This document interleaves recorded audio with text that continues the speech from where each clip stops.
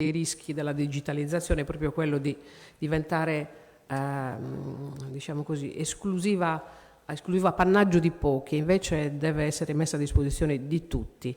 Alessandro Mongili, la chiusura di questa prima fase, come vede un sociologo che si occupa di digitalizzazione da tempo il futuro di una Sardegna digitalizzata? Buonasera, grazie per l'invito.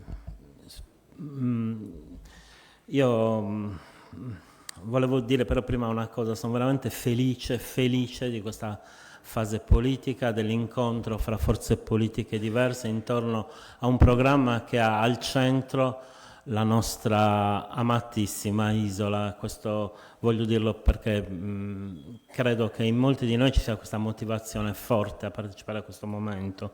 Io mi chiamo Alessandro Mongili, insegno Scienza, Tecnologia e Società all'Università di Padova e mi occupo anche di digitalizzazione, però in modo diverso da come se ne occupano gli imprenditori che abbiamo sentito o i politici, cioè me ne occupo un po' dal basso. Cosa vuol dire dal basso? Vuol dire, per quanto riguarda la Sardegna, che io mi immagino un futuro della Sardegna in cui noi, per usare le parole di Roberto Pala, invece crediamo abbiamo un immaginario sociotecnico che non sia fondato ancora sull'idea che non ce la possiamo fare o sull'idea che come dire, o sull'idea che un po' tecnofoba che in Italia è un po' presente, che la tecnologia sia sempre pericolosa, che la tecnologia sia altro da noi, mentre invece pervade in pratica tutte le nostre attività. Cioè,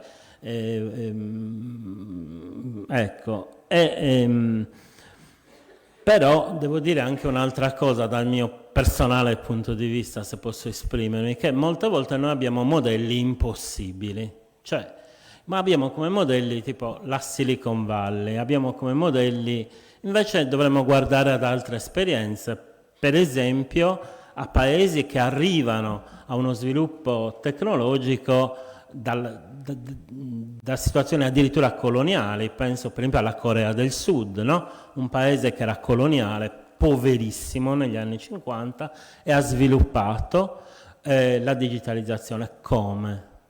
L'ha sviluppata, certo, costruendo infrastrutture, intervenendo a diversi livelli, adesso non posso, però anche creando una rete come dire, ubiqua quasi, pervasiva, di luoghi in cui i giovani vanno anche a giocare, i famosi PC Bang coreani che noi abbiamo visto in tante serie, in tanti film, che sono diventati luoghi in cui si va a usare il computer, però sono stati risemantizzati dalla gioventù coreana che ne ha fatto luoghi di incontro e si sono connessi a un'esperienza per noi che non siamo confuciani, vero? Perché mi sembra che siamo cattolici, noi che non siamo confuciani, un po' strana, cioè il gioco. Ma tutti sappiamo che il videogame e il gioco sono fondamentali per lo sviluppo di un pubblico che guardi all'informatica, al digitale, alla cultura dei dati, perché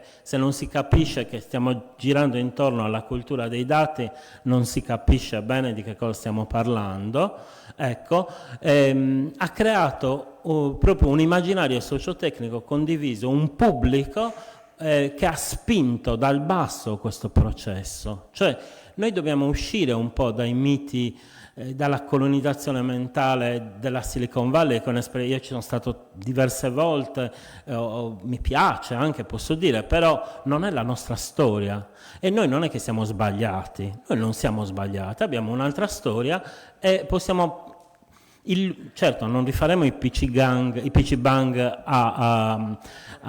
come la Corea del Sud, però dobbiamo fare uno sforzo di creare qualcosa che per esempio si rivolga agli users, agli utilizzatori, un po' tailorizzato, non sempre questi corsi di alfabetizzazione così verticali, ma che risponda alle loro esigenze, perché cioè, non lo so, la tecnologia è così pervasiva oggi che penso sia un elemento quasi della cittadinanza, cioè tutti dovremmo sapere cos'è un metadato, cos'è un algoritmo, cos'è l'accidente, eccetera, eccetera. Cioè è necessario, capite? Per questo credo che una politica si possa fare in questa direzione, anche verso gli anziani, verso i disabili, perché la tecnologia di per sé non esclude. Cioè esisteva e qui chiudo, un grandissimo come si chiama, psicologo sovietico che si chiamava Vygotsky, e lui sosteneva che l'essere umano, certo, si differenzia per il linguaggio, bla bla bla, però si differenzia per creare strumenti e usarli. Anche certi scimpanzé usano strumenti, ma gli umani solamente li forgiano e ne fanno un lavoro. Ecco, per cui penso che sia importante. Questo, noi in Sardegna non siamo messi male, abbiamo un candidato presidente che è un po' un'icona, se vogliamo, di questo nostro interesse per la vicenda informatica. E niente, ma anche il cluster cagliaritano, però anche in Sardegna esistono ampi territori che non hanno neanche la fibra e noi a quelli dobbiamo pensare, perché è un problema anche di uguaglianza, sapete. Grazie. Grazie Alessandro Mungili per aver nuovamente richiamato il tema dell'uguaglianza. La tecnologia